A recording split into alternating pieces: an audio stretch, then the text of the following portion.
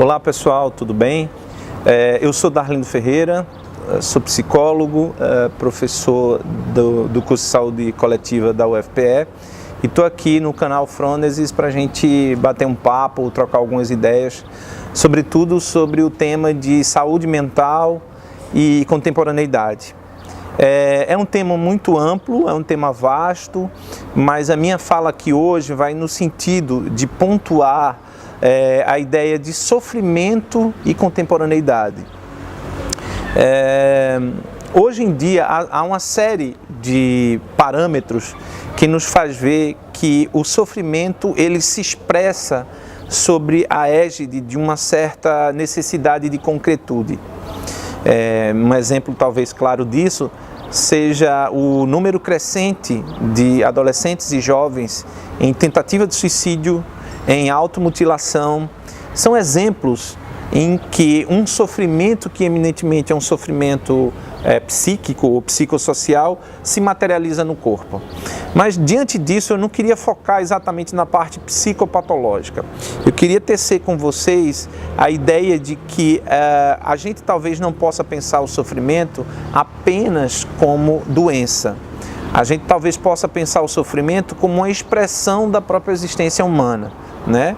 Se formos pensar nas diversas dimensões da existência, historicamente falando, o sofrimento sempre esteve presente. Há uma certa fragilidade na nossa condição humana, seja biológica, seja social, seja psíquica, em que no decorrer da vida, necessariamente, a gente vai lidar com experiências ou momentos de sofrimento. E como o próprio nome diz, experiência remete a algo que nos atravessa, algo que nos perfaz no próprio ato de construção. E o sofrer é alguma coisa desse tipo. A gente pode fazer uma leitura de que a partir da modernidade o sofrimento ele é encarado como doença, ou seja, como patologia, né? Só recobrando a ideia de pathos. Pathos é uma palavra grega que tanto remetia à ideia de sofrimento como remetia à ideia de paixão.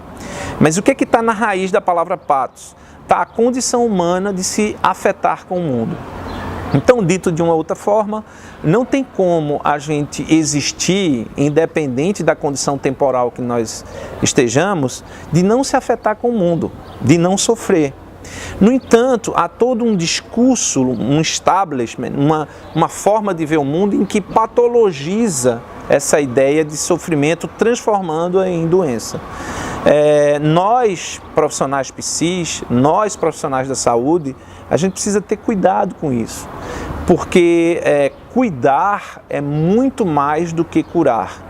Se a gente pensar em cuidar como processo próprio do existir também, assim como o pathos, a depender da forma como a gente lide com as coisas, a gente pode ou não encontrar sentido nessa existência.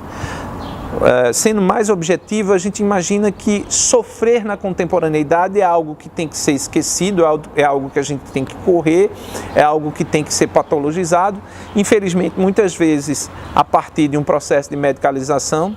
E pasmem, o que nos incomoda é ver que muitas vezes os profissionais psis, eles embarcam nesse processo, tecnificando essa relação, objetificando essa relação e medicalizando ou levando à medicalização dessa relação.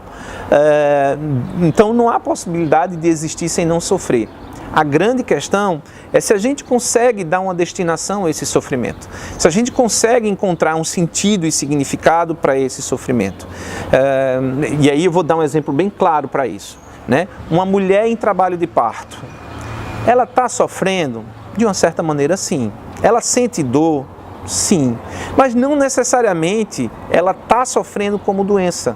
Não necessariamente a gravidez ou o parto deve ser percebido ou sentido como um momento de estrangulamento da existência. Pelo contrário, é um momento de produção de vida, é um momento onde nasce a criança e nasce a mãe. Então, sofrer não é sinônimo de doença. Sofrimento é um fenômeno próprio da existência. Mas da forma como a gente imagina, muitas vezes a gente termina encaixando, tecnificando o sofrimento. Eu acho que isso é algo que vale a pena a gente pensar.